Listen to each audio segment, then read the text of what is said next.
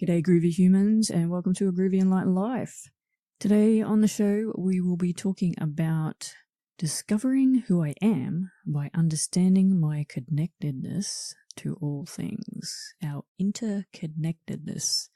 This is part of stage 2 of the 4 stages of self-discovery that we started to explore in episode 2. And what we're talking about here is alignment to oneness. Now, if you haven't caught stage 1, then I do recommend that you go back to episode 5, Alignment to Self, and explore that first before continuing on with today's episode. In that episode, we came to an understanding that we are more than who we perceive ourselves to be. And in this episode, we'll be going a little bit deeper and realizing that it's not just me in the world, that there's more than me, and it's not all about me. And that we are so closely connected to all things in the universe. I hope you can join me on the journey today. Let's get started.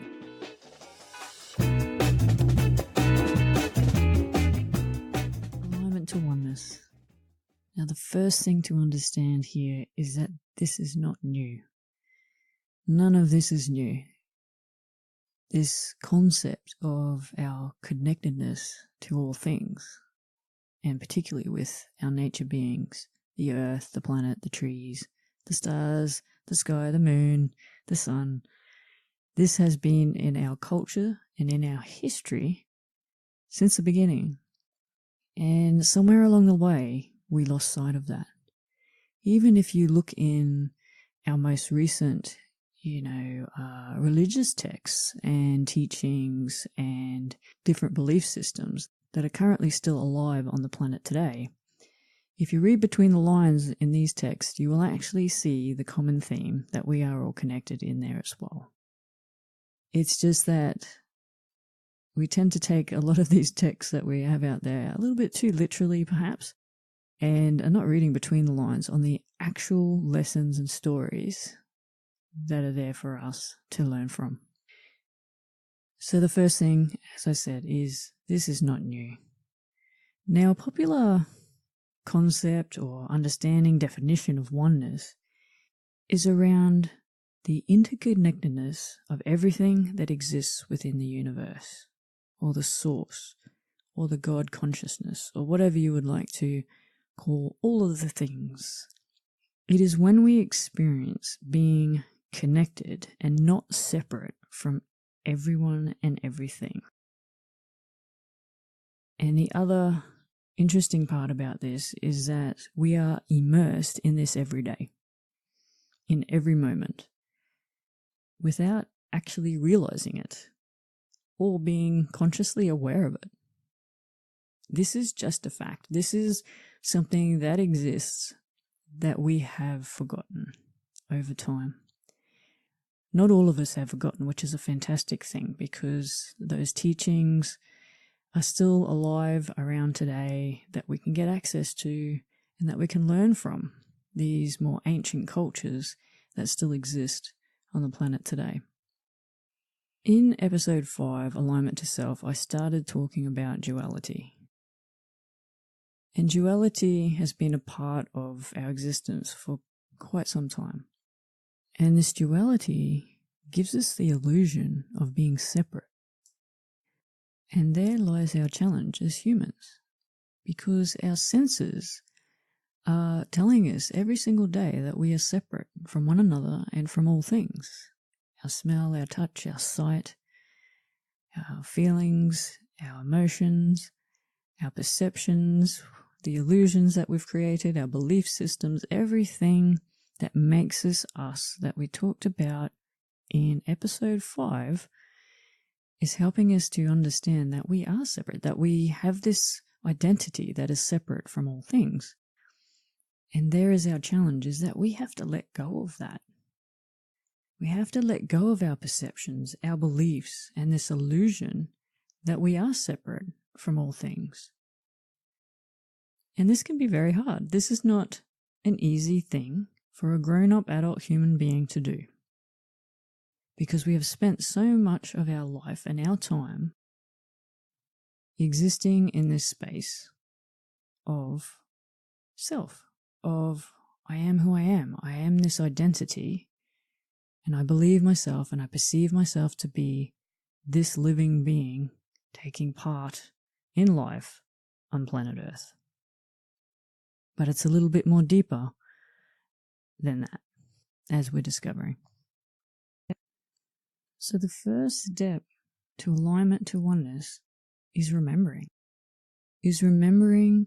that we are connected to all things, that we are not actually separate.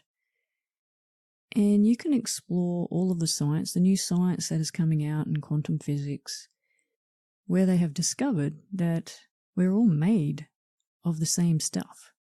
So if we're all made of the same stuff, and not just we as humans, but all things on Earth, all the things in the universe, in fact, are all made from the same stuff.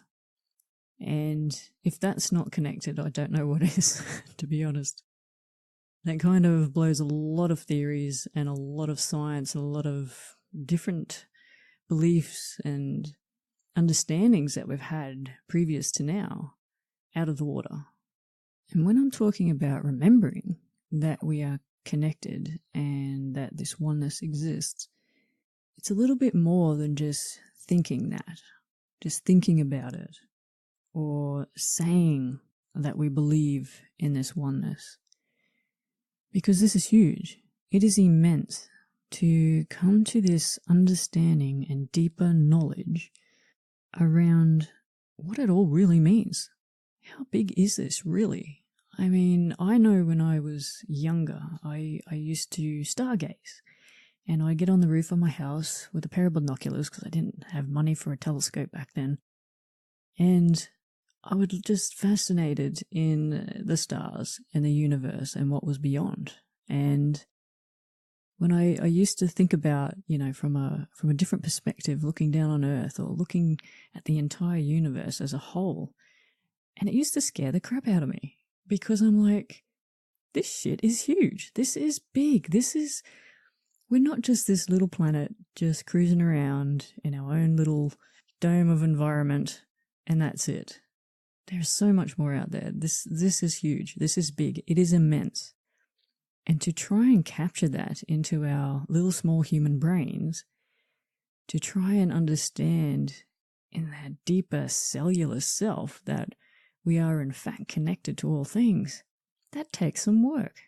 It's not something we can just think. It's not something that we can just say that we believe and all of a sudden snap. It is. While they are great first steps, remembering is the first step to alignment to oneness. But the next step is all about developing a practice. And that is developing a practice of stepping into that connection with all things. So to truly move towards alignment to oneness, we need to develop a practice of actively experiencing oneness. And this can be done through, we hear about it all the time, the traditional methods of yoga, of meditation, mindfulness, prayer, ceremony, breathing techniques, really slowing down our systems, trying to quieten our monkey minds, drumming, dance, all those sorts of activities that get us out of our thinking mind and into our bodies and into a greater awareness of what is going on around us and a deeper consciousness. Now, you may not be a meditator, or you may not enjoy yoga or drumming or dance or prayer. So one of the ways that I like to simply put this is that it's all about presence. It's about stepping into the now. It's about becoming so present and being the observer of everything that's going on within you, around you, and further afield. So some practical examples of experiencing oneness every day is that when you're having a conversation with somebody, is to actually be there in the conversation, to be looking at them, to be listening to them and not thinking about other things or questions or whatever, just be. Holding space for someone is probably one of the greatest practices of oneness that we could do, and very practical as well. I'm not sure about you, but I have been in conversations where people's eyes are just glazing over in front of me. I know they're not present. I know they're not here with me right now. So being present every day in your activities as much as you possibly can, and observing how you're feeling, being in your body and observing how you're actually feeling and responding to events and triggers and things in your life that are going on around you. That is a practice of oneness, because you're becoming so present. You're starting to understand and feel what is happening in this moment for you. You're not living on autopilot anymore. You are starting to pick up and sense those things around you, and you're able to make better decisions. You're able to connect more to not just the people around you, but going for a walk in nature and connecting to nature and what it has to offer. Just go outside and put your feet on the grass and connect to the grass, your garden, all those things around us that are around us every single day. We have the ability to connect to. It's just a matter of us quietening our monkey minds and just slowing down a little bit. And I find that breathing is probably one of the simplest methods as well, is just to get into a habit of breathing in for, say, 6, holding for 2, and breathing out for another 6. Just that slow in and out breathing. Slow down your system, come into the now, and stop the thinking. Stop that brain, that monkey mind, from creating all the noise and the chaos in your head. And then you can start to observe and feel and sense all that is around you, all that is really going on around you, that you may filter out, because our brains are designed to filter things out. We can't possibly collect all the information that's thrown at us all of the time. So it's designed itself to filter things, which is perfectly a good thing, mind you. We don't want all the information to be going in. We may go insane if that sort of stuff happens. Practicing oneness as much as you can every day helps you connect even further and come to discover who you are, really. And the more that we practice this alignment to oneness, the more we will start to seek to change ourselves and the things in our lives. Like I said, when we get into this present now moment and we start to observe, we will start to acknowledge and realize our words, the things that we speak. We will start to realize and acknowledge our thoughts and what we are thinking. And we will realize how all of that is impacting the world around us and impacting other people's lives. And then we will seek to modify and change our feelings, our thoughts, our actions, and our words. And we will choose differently. And we will choose differently, and we will come from a place of unconditional love and grace. Because we will start to really understand that impact. We will understand the impact of how our words can affect ourselves, our inner critic, and how much that affects us, and how that also affects others, how our words affect other people, how our actions affect other people. But let's take it a little bit further than just people. How our actions, our words, our feelings affect the environment around us, affect all things around us. Because all of these thoughts, our feelings, our emotions, it's all energy. It's all energy contributing to the collective conscious. It's all going back to source. It's all going back into the energetic fields around us that everybody's connected to, that we're all part of this network, this web of oneness. And the more and more we come into alignment to oneness, the more our decisions will change. We will start to realize that every decision we make impacts everything and everybody around us. It impacts our environment. It impacts our future as human beings on the planet.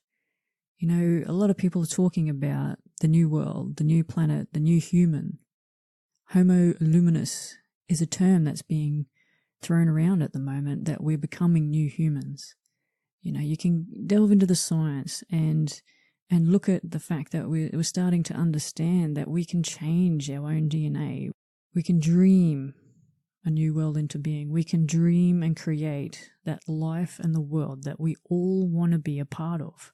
We have the ability to do that. It's just a matter of remembering. It's a matter of tapping in and remembering that connectedness and practicing that oneness and connection as often as we can. I think it might be a good time to recap on the things that we've talked about so far today. So the first thing is that connection to oneness is not a new concept. It has existed since forever. It's just that we've forgotten, and we need to remember. We need to remember, and more importantly, we need to accept that this is how things are. Without that acceptance, you obviously can't get to the next stage of that connection, of getting into that practice that we talked about before. The second thing is about the practice, is that just thinking about it or just saying that you believe that you're connected does not make it so. You really need to develop a practice. And as we talked about, there's many ways to do that. Through meditation, through dance, through yoga, mindfulness.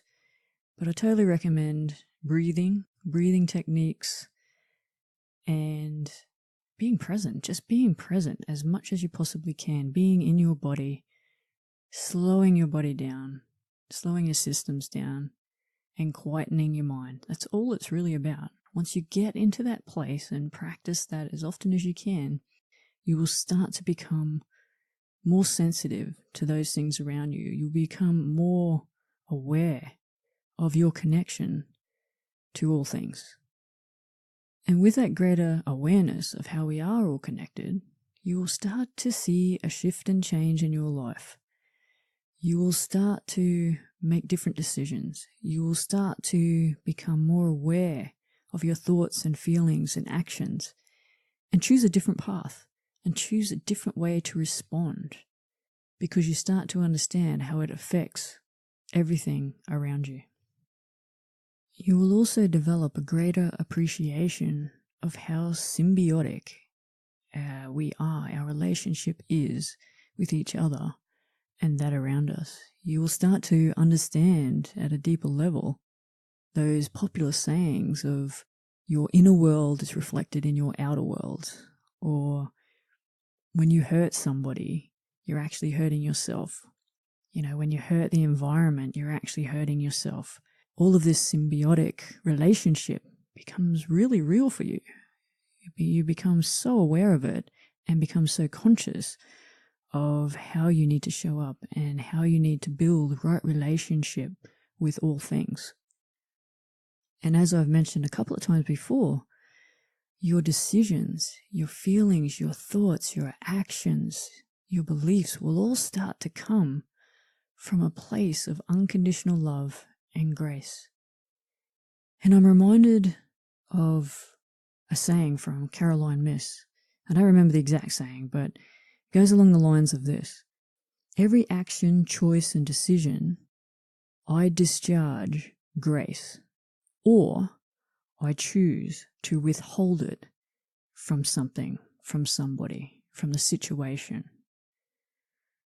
I mean, that's pretty hard to hear if you think about it from that perspective. We are either giving grace or discharging grace to others, to situations, to the decisions that we make, or we are literally choosing to withhold it. I mean, that's a big deal. That is a big deal. So we need to be careful with our words and our thoughts and our actions, because they are so powerful. And they're so powerful in how they shape our lives, and they shape the lives of others, and ultimately shape the world we live in. That's how we've created what we have created today. is through our own thoughts, actions, beliefs, and perceptions. Imagine if we decided to shift and change those things. And where it begins, as I always keep saying, is around alignment to our true self, is discovering who we truly are.